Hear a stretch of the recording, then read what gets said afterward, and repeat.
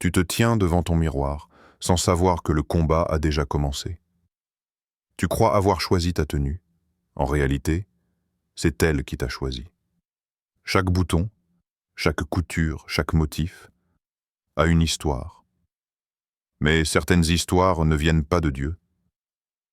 Et pendant que tu marches dans la rue, fier de ton apparence, un monde invisible lit ce que tu portes. Il le lit comme on lit une déclaration. Tu crois que c'est juste un vêtement.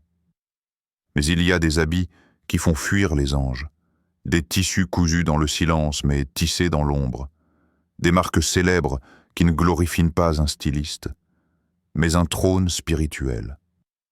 Alors pose-toi cette question simple.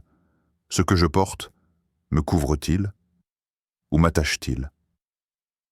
Car aujourd'hui, ce n'est pas ton corps qui est habillé. C'est peut-être ton esprit qui est enchaîné. 1. Ce vêtement ne t'habille pas. Il t'enchaîne. Tu ne t'en es pas rendu compte. Tu voulais simplement te sentir mieux dans ta peau, te redonner un peu d'estime, cacher ta fatigue, relever ton image. Alors tu as acheté ce vêtement. Et dès que tu l'as porté, quelque chose a changé. Ce n'était pas qu'un tissu sur ta peau. C'était un transfert, un manteau invisible, un fardeau que tu n'avais pas commandé. Tu l'as porté comme une seconde chance, mais il s'est accroché comme une chaîne.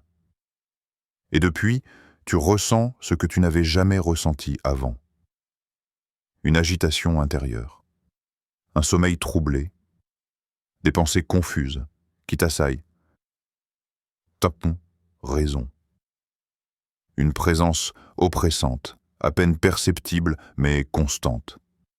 Tu luttes, mais tu ne comprends pas d'où ça vient.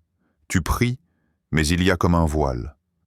Ce vêtement que tu as mis, tu ne l'as pas seulement acheté avec ta carte bancaire. Tu l'as reçu avec une atmosphère, une énergie étrangère. Il a été cousu dans un monde que tu ne vois pas. Et certaines mains qui l'ont touché avant toi ne servaient pas le même royaume. Dans Acte 19, ceux qui ont été libérés ont ramené leurs objets occultes, leurs parchemins, leurs talismans, et les ont brûlés. Ils savaient une chose que beaucoup ont oubliée aujourd'hui. Certains objets transportent un pacte. Ce n'est pas toi qui as choisi ce vêtement. C'est lui qui a été préparé pour toi. Il t'attendait pour activer quelque chose que tu avais laissé en veille. Un désir, une faiblesse, une blessure. L'ennemi ne se cache plus derrière des masques effrayants. Il préfère les étiquettes tendances, les coupes flatteuses, les textures luxueuses. Il vend l'enchaînement comme un confort, l'attaque comme une expression, mais ce que tu portes a un langage spirituel. Il parle, il proclame. Et s'il criait chaque jour dans l'invisible, cet homme m'a accepté, cette femme m'appartient. Et toi, sans le savoir, tu t'habilles avec ceux qui te volent la paix, d'eux. Ton miroir ne reflète plus ton visage, mais celui d'un autre. Tu entres dans la pièce. Le miroir est là, silencieux, fidèle, froid. Tu t'y regardes, sans vraiment t'y voir. Il y a quelque chose dans ton regard qui te dérange, mais tu ne sais pas quoi. Ta mâchoire semble plus dure, ton regard plus lourd. Ce n'est pas la lumière, ce n'est pas la fatigue, c'est plus profond. Tu t'es habillé comme d'habitude. Mais ce matin, ce vêtement a changé ton visage. Le miroir ne ment pas. Mais ce qu'il montre peut être manipulé. Car quand un vêtement porte un esprit, il ne recouvre pas seulement ton corps, il redessine ton image. Et si ce que tu vois n'était plus une simple apparence, mais une projection, une version de toi déformée, influencée, colonisée, l'identité spirituelle peut se déformer subtilement, d'abord par le style, puis par l'attitude, ensuite par le regard. Et un jour, tu ne reconnais plus ta voix dans tes propres décisions. Tu n'avais jamais levé les yeux comme ça. Tu n'avais jamais cherché à séduire dans un simple sourire. Mais depuis peu, tu fais attention à ta posture, à ta démarche. Quelque chose en toi parle sans ton accord. Tu as voulu te sentir mieux. Mais c'est une autre présence qui s'exprime à travers toi. Une présence silencieuse, subtile, enracinée dans l'étoffe de ce vêtement choisi trop rapidement.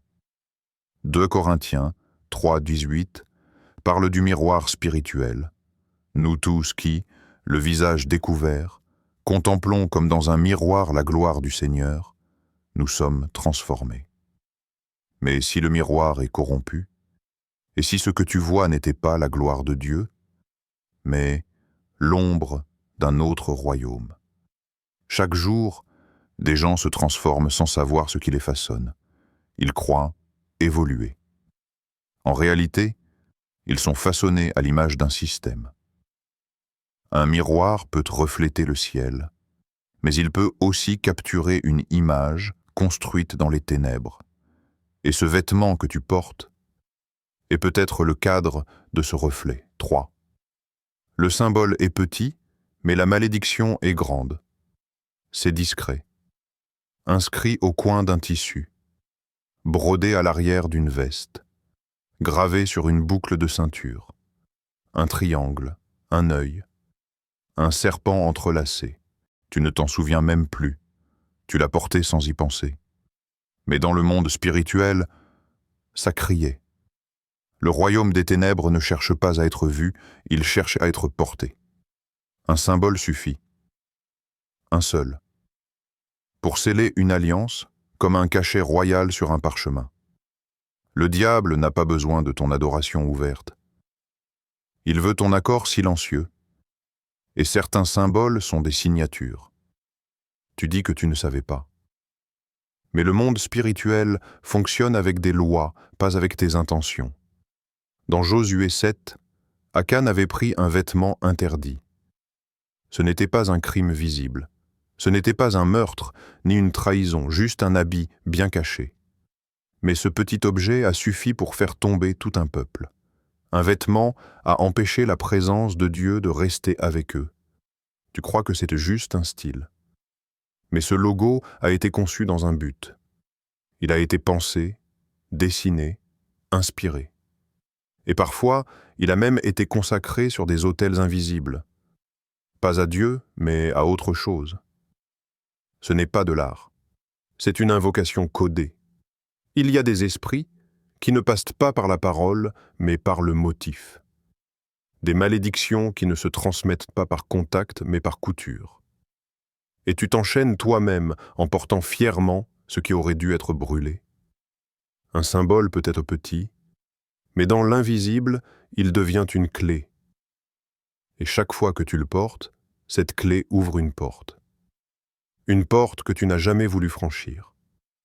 Tu te demandes pourquoi ta maison est lourde. Pourquoi ta foi est en panne. Pourquoi ton esprit est confus. Ce n'est pas toujours une attaque frontale. C'est parfois un détail, un logo, une étiquette. Le diable ne hurle pas toujours. Parfois, il s'infiltre par le fil discret d'un symbole que tu ignores. 4. Tu as rangé le vêtement, mais pas la malédiction.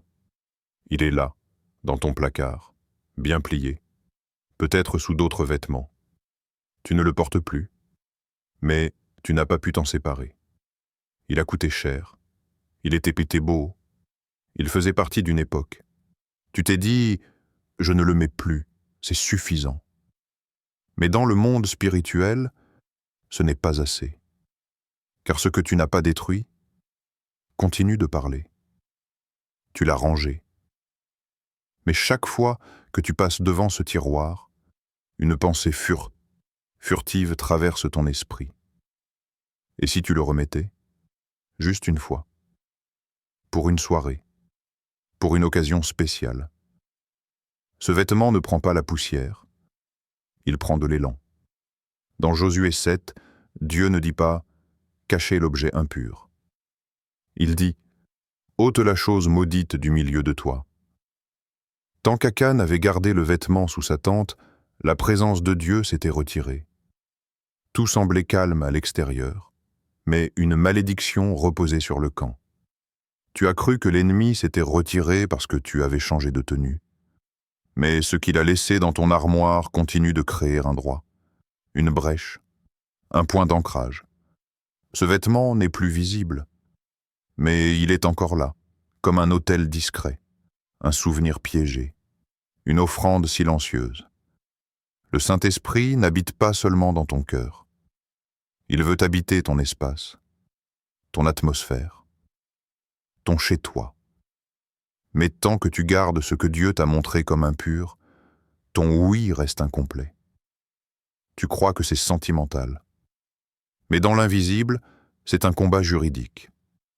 Ce vêtement est un dossier ouvert, une preuve de ton attachement. Et tant qu'il est là, l'ennemi peut plaider contre toi. Tu ne dors pas bien. Tu pries, mais il y a un blocage. Tu dis que tu as obéi. Mais le vêtement est toujours là, sous les autres. Et dans l'invisible, il continue de murmurer « Je suis encore accepté ici ». 5. Tu ne portes plus un vêtement. Tu portes un esprit. Ce n'est plus un simple t-shirt. Ce n'est plus une robe. Ce n'est plus une veste. C'est devenu une extension, un prolongement, un autre toi. Tu l'enfiles et tu changes. Tu marches différemment. Tu regardes autrement. Tu ressens une force étrange, un aplomb, un pouvoir presque enivrant. Mais ce n'est pas le Saint-Esprit. Tu es convaincu que c'est juste une tenue. Mais depuis que tu l'as, tes pensées sont floues. Tu luttes plus qu'avant. Tu tombes dans des pièges que tu voyais autrefois de loin. Tu ne le sais pas, mais tu as été enveloppé. Pas seulement physiquement, spirituellement. Ce vêtement ne t'habille pas, il t'anime. Et ce qui t'anime n'est pas neutre. Dans Acte 16, une femme possédée suivait Paul. Elle disait des choses justes, mais avec un mauvais esprit. Le discernement ne se base pas sur les apparences. Un vêtement peut être flatteur, mais porter une atmosphère. Et cette atmosphère, une fois sur toi, influence ton être entier. Il y a des habits qui ont été conçus pour transmettre quelque chose. Pas juste du style, pas juste une image, une présence. Ce sont des costumes spirituels. Et chaque fois que tu les portes, tu prêtes ton corps à ce qui les habite. Tu veux plaire, tu veux te sentir puissant, séduisant, confiant. Mais ce vêtement que tu aimes tant est un canal, un habit d'apparat pour un esprit qui se sert de toi comme d'un écran. Tu crois choisir, mais tu es utilisé. L'ennemi n'a pas besoin d'entrer par la force s'il peut t'habiller. Il ne t'attaque pas de front, il te couvre. Et pendant que tu danses, que tu marches, que tu ris, il marche avec toi, collé à ta peau. Ton corps est censé être le temple du Saint-Esprit. Mais en portant ce vêtement, tu as préparé une autre chambre. Et pendant que l'un frappe à la porte, l'autre dort déjà à l'intérieur. Si, tu crois que c'est un accessoire.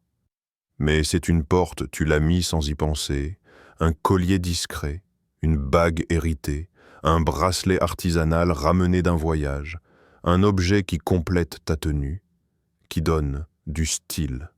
Mais dans le monde invisible, cet accessoire est une clé. Tout ce que tu portes est une déclaration. Même les objets les plus silencieux, les plus neutres en apparence, émettent un son dans le monde spirituel. Et certains résonnent dans des fréquences sombres. Tu n'as pas remarqué, mais depuis que tu portes cette chaîne, ton sommeil est agité. Depuis que cette bague est à ton doigt, tu fais les mêmes cauchemars. Tu ressens une lourdeur en prière, comme si quelque chose absorbait ta voix avant qu'elle ne monte. Ce n'est pas de la superstition, c'est du discernement. Dans Deutéronome 7, 26, Dieu avertit « Tu ne mettras point une chose abominable dans ta maison, car tu serais voué à l'interdit comme elle.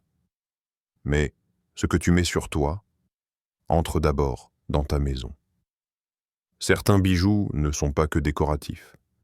Ils ont été achetés sur des marchés où l'on ne vend pas que des objets, mais des attaches. Ils ont été conçus selon des formes, des pierres, des signes liés à d'autres puissances. Ils ont été bénis, mais pas par le ciel. Ce n'est pas parce que tu ne connais pas l'histoire de cet objet que l'objet ignore la tienne. Tu as ouvert une porte. Et ce bijou est le verrou laissé en place. Le monde invisible fonctionne avec des droits, et chaque accessoire peut être un contrat que tu n'as jamais lu. Tu veux que ta maison soit en paix. Mais tu portes au cou ce qui l'en empêche. Tu veux entendre Dieu clairement. Mais tes poignets brillent de ce qui attire une autre voix. Ce n'est pas juste un cadeau. Ce n'est pas juste un souvenir. C'est un rappel constant. Dans l'esprit. Un objet qui appelle. Un lien qui reste actif tant qu'il est sur toi. Et tant qu'il est là, il reste une porte ouverte. Tu peux continuer à porter ce que tu aimes. Tu peux ignorer les murmures, oublier les frissons. Tu peux plier ce vêtement, refermer ton tiroir et passer à autre chose. Mais dans le monde invisible, rien ne se range sans conséquence. Ce que tu portes parle pour toi. Et ce que tu refuses de quitter, refuse aussi de te quitter. Dieu ne t'appelle pas à la mode. Il t'appelle à la liberté. Il ne cherche pas ton apparence. Il veut ton atmosphère. Alors regarde ton placard. Ouvre ton tiroir. Mais surtout, ouvre tes yeux. Parce qu'il y a peut-être un vêtement que tu dois brûler.